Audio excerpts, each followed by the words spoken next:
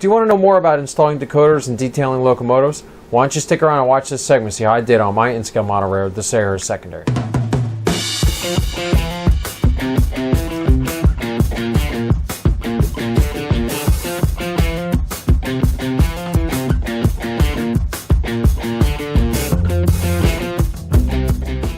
Hello everyone, Joe from Central Jersey Conrail and in-scale, and welcome back to the Locomotive Shop.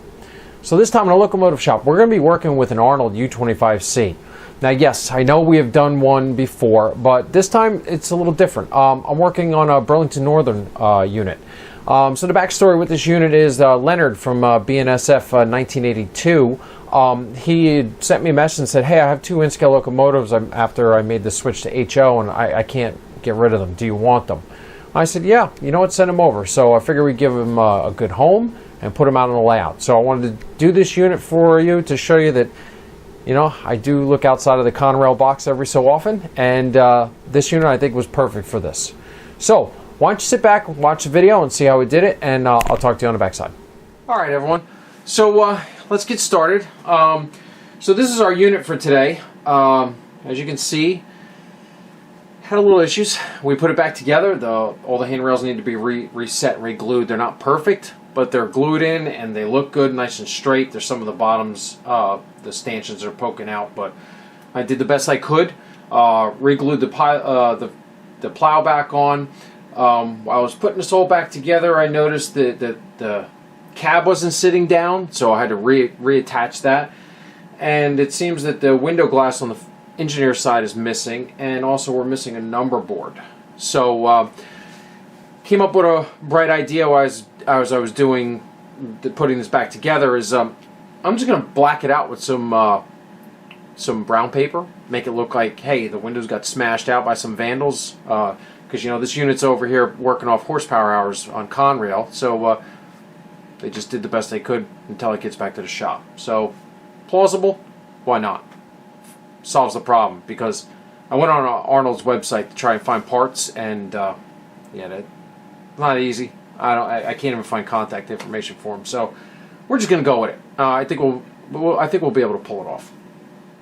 All right. So the first thing I did was jumped online and did some research, because I knew nothing about Burlington Northern. So all I know that is green and white, and they service the Northwest, but I don't know all the details about their locomotive roster. So went online, railroadpictures.archives.net has a roster, a complete roster for the U25Cs that Burlington Northern had. If I look down our roster list, 5627, which is the unit we have, was actually built as a Northern Pacific unit, and it was retired in 1981. So that kind of leads us into some issues. I modeled 1988. It was retired in 81. So I'm going to just go with it because it's a good unit. It runs. It's an Arnold. I want to keep it around. So not fitting in our time frame, but we'll go ahead and do it anyway. So then I went on and I started looking at some pictures, wanting to know, you know, what were these units looking like. And lo and behold, 5627 right here was online. And this is 1974. I guess it had just gotten repainted. It looks really nice. You can see it's got a red Mars light. That, I think, is from the Northern Pacific lineage, because all the Northern Pacific units had the red Mars light in the front. And if we look at our model, we actually have the little red Mars light in the front, too. So that corresponds. So I started looking at the other units in the class and came across some pictures. You know, there's 5605. And I came across this picture. You know, very dirty, very beat up towards the end there. I think this was maybe 1979 or 80. But what I really saw was this light on the top, and I was like, oh, that would be cool. We could do one of those. But the whole thing is, you know, all the pictures I could find of 5627, it never had a light on the top. So I'm gonna kind of just leave it as the prototype photos. Even though we're, you know, kind of stretching the imagination here from 81 to 88, I'm still gonna stick with what I know here on the pictures. Most of these units here look like they were just beat to hell. They were just dirty, a lot of soot. You can see here 5632. I mean, it looked like there was a fire on the back end on this one. This one's all burnt up. So I imagine towards the end there, here's another one, 5606. You can see this one's all soot and it's just filthy. So I guess towards the end of their life, they were just being rode into the ground before they scrapped them. So with that in mind, that's what I'm going to try and do here. I'm going to try to represent the class, and you know, the 5627 was, you know, really beat up, and we're going to do real heavy weathering.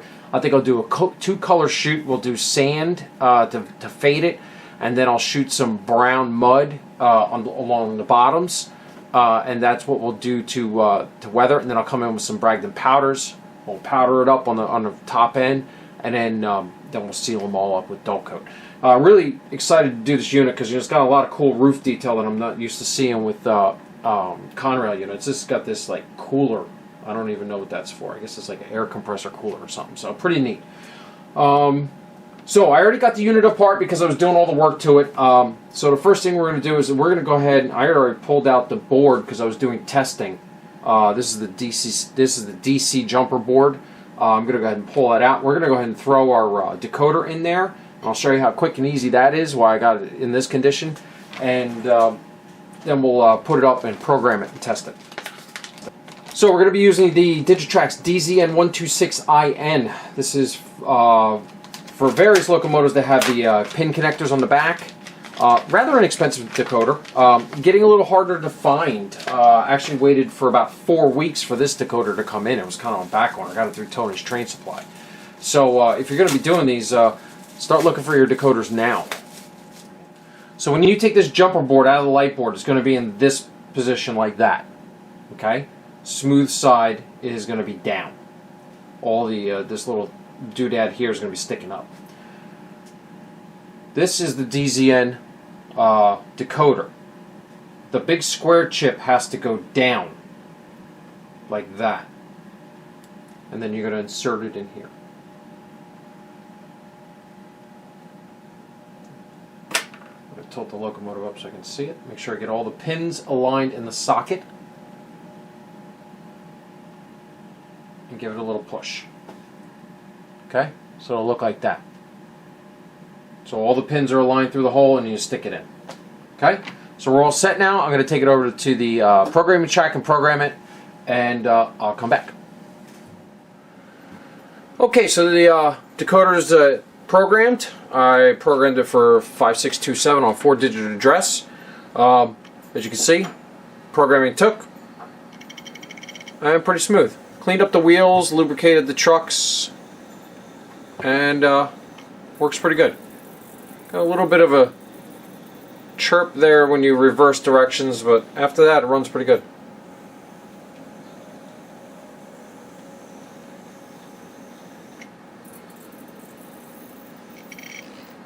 Okay, so now let's take the shell over to the spray booth and get working on that. Okay, so we're all set up. I'm going to get my airbrush set up with some sand, and we'll do the sand shoot first. Okay, so I got my airbrush all set up with some sand. We're going to shoot that first. My handy paper towel roll. And let's get to work.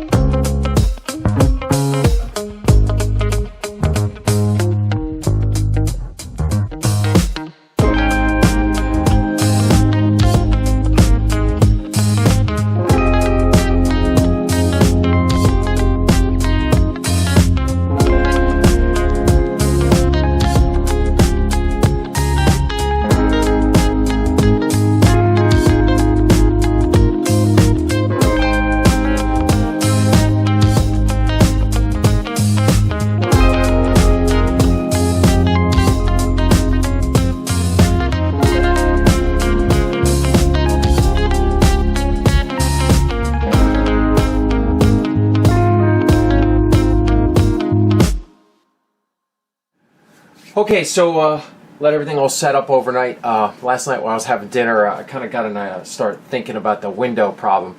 And I was like, well, you know, would that be plausible that they would board up all three of those windows? And I didn't think how it would look. So then I got to thinking, I'm like, oh, wait a minute. I got this. Some clear styrene from Evergreen. It's 0.010 inches thick. Perfect for making little windows. I used it on all my buildings. Hey, why don't we just make a window and put it up in there? I'll white glue it in and let it sit.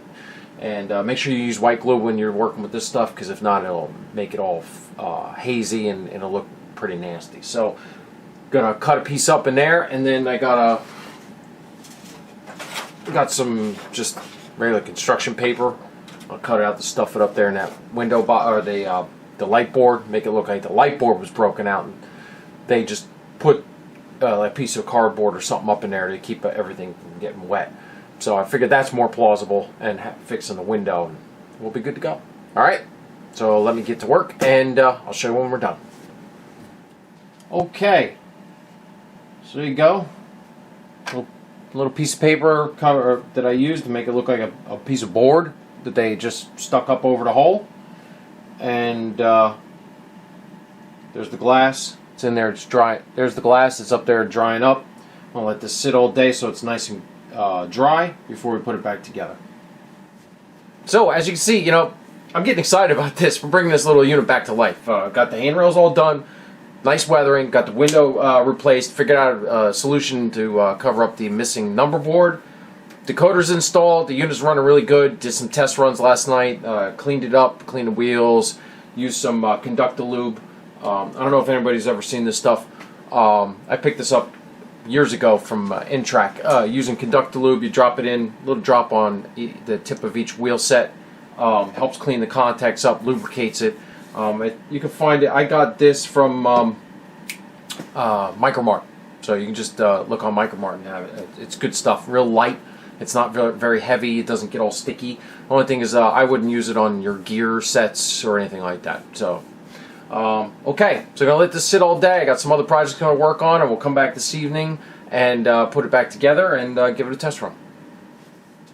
Okay, so our repaired window and our number board cover is all dried up. So we're going to go ahead and put the unit back together, and we'll put it on layout and give it a test.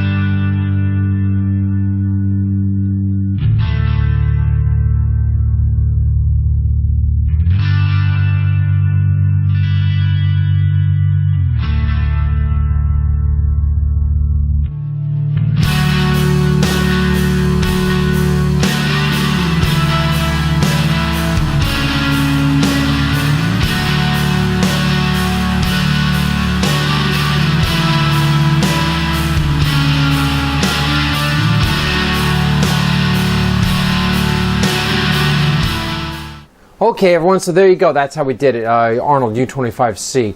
Nice to have a little bit of different paint in there. I got some Burlington Northern colors now running. For right now, as you can see, it looks like I'm going to team them up together with the other U25C, the Conrail. They run good together. The only thing is those couplers. I'm not too happy with the Arnold couplers. I'm going to have to change them out. We'll do that at a later date. And so thank you, Leonard, for giving this to me. Give it a good home. We put it together. Very happy with it, so thank you. Make sure you go over and check out Leonard's channel, BNSF 1982. You know, so putting the unit back together and getting it all looking good. Glad I came up with that idea using the clear plastic for the window. Came out very well. Covering up the number board with the paper, I think it's pretty cool. The only thing is I didn't take into account that the light shines through, so the paper kind of glows a little bit. But that's all right, adds a little character to the unit. Really happy to have a little Burlington Northern colors. You know, because that kind of takes me back to when I was a little boy. One of the big things that my dad had on the Tyco HO scale set was a couple Burlington Northern units. So really cool to see it out of here on the layout. Adds a little bit of variety to everything. And you know, this project was fairly quick. Started yesterday, so it took no more than 1 day. Had the unit weathered, repaired, cleaned up, running, decoder installed and programmed, and now it's out on the layout. So going to be a good addition to the roster, help fill out some of the deficiencies that we have for run-through power, and overall, great project. So that's all I have for this time in the Locomotive Shop. So if you've seen this video for the first time and you haven't subscribed to our channel, please do. Just hit the subscribe button and hit the bell for the notifications, because we're always putting out great free content like this, and we'd love to have you following along. Don't forget to check out our Facebook page and Instagram account, because I'm always posting daily updates of what I'm doing down here, and so you can be up on all the progress that we're doing on the layout. Otherwise, that's all I have for you. Thanks for watching. See you next time.